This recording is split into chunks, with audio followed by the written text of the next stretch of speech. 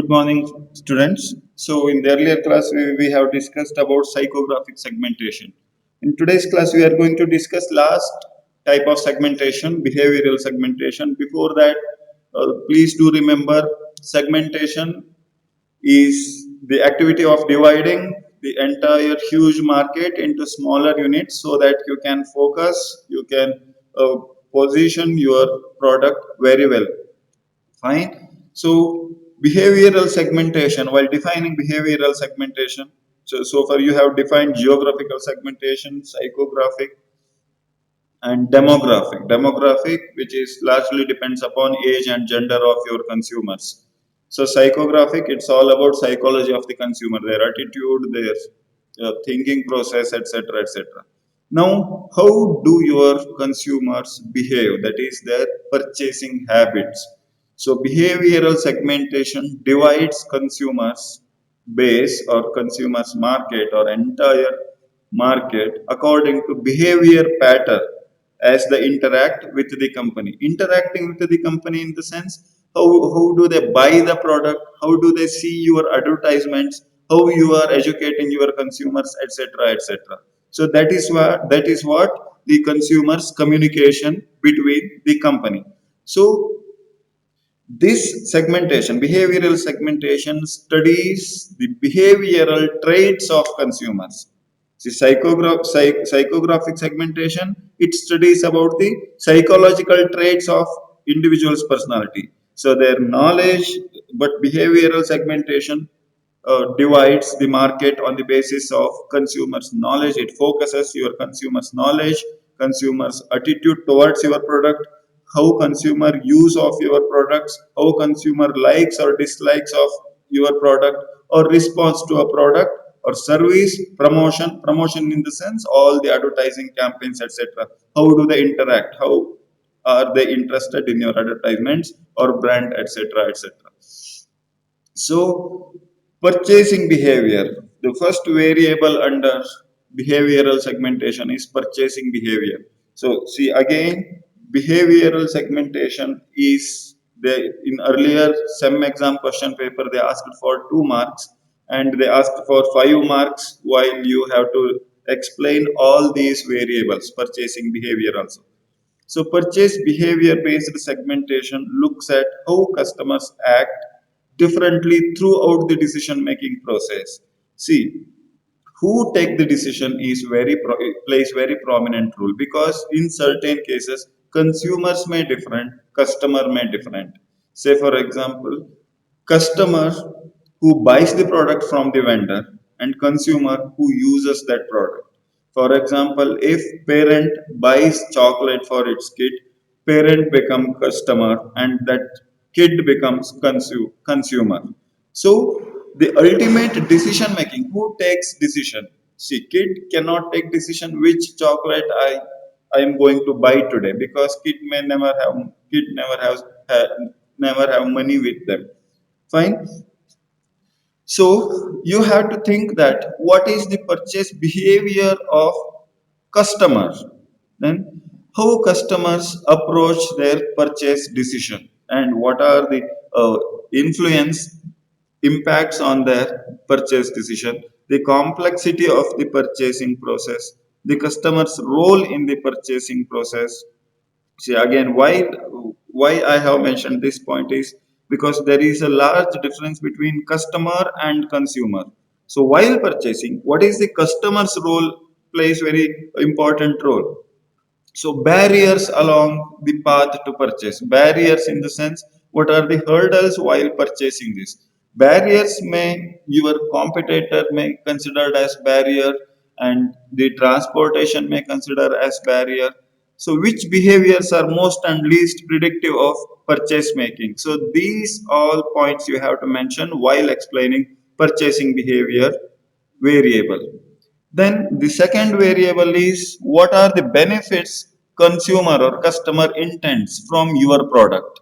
So consumers research a product or service before you buy product. Say for example, if you are going to buy a mobile phone, you do all the research on about RAM of the mobile phone, the camera capacity of the mobile phone, storage capacity, and their Android version. So why before you buy certain product, you do all the research activities as well. Same thing, a consumer also, whenever he buys, he intends to buy a product, he always research, he always surveys what are the benefit he will get, he is going to get after buying your product.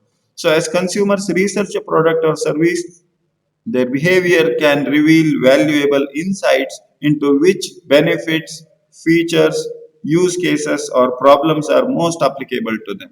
And when a customer places a higher value on certain benefits over others, these primary benefits are the driving factors for that customer or consumer. Say, for example, if you take a shampoo example, people buy it for different reasons, variety of reasons. Some people use shampoo for volumizing, increasing their volume of hair. Some people use shampoo for oily reduction. Some people use it for dry scalp and dandruff. Some people used to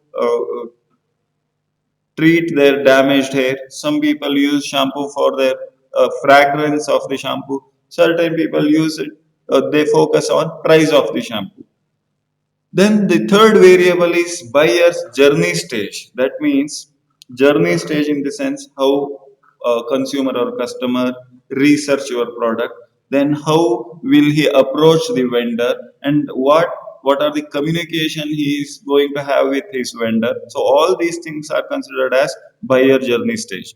So behavioral segmentation according to the customer journey stage allows to align communications and personalize experiences to increase conversions at every stage.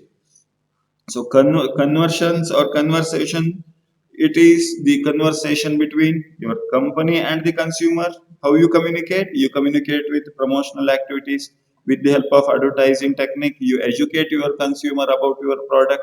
Then consumer comes to you and he asks certain information. Then you have to give all the required information to consumer, and he goes to vendor, and vendor gives certain information, consumer seeks certain information from the vendor also. So all these things are considered as buyers or consumers journey stage.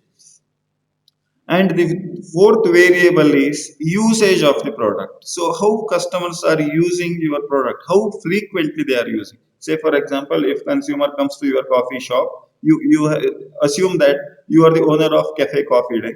Certain corporate consumer comes in the morning, and you have to try to know that what is the frequency of his coffee consumption.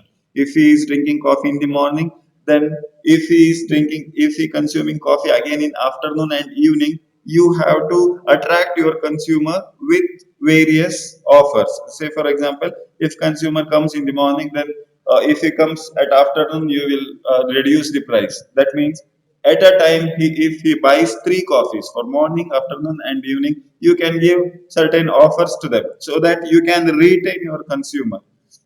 So that's what, how often they use it, how much time they spend with it, what features they are focused to, how many users from the same account use it.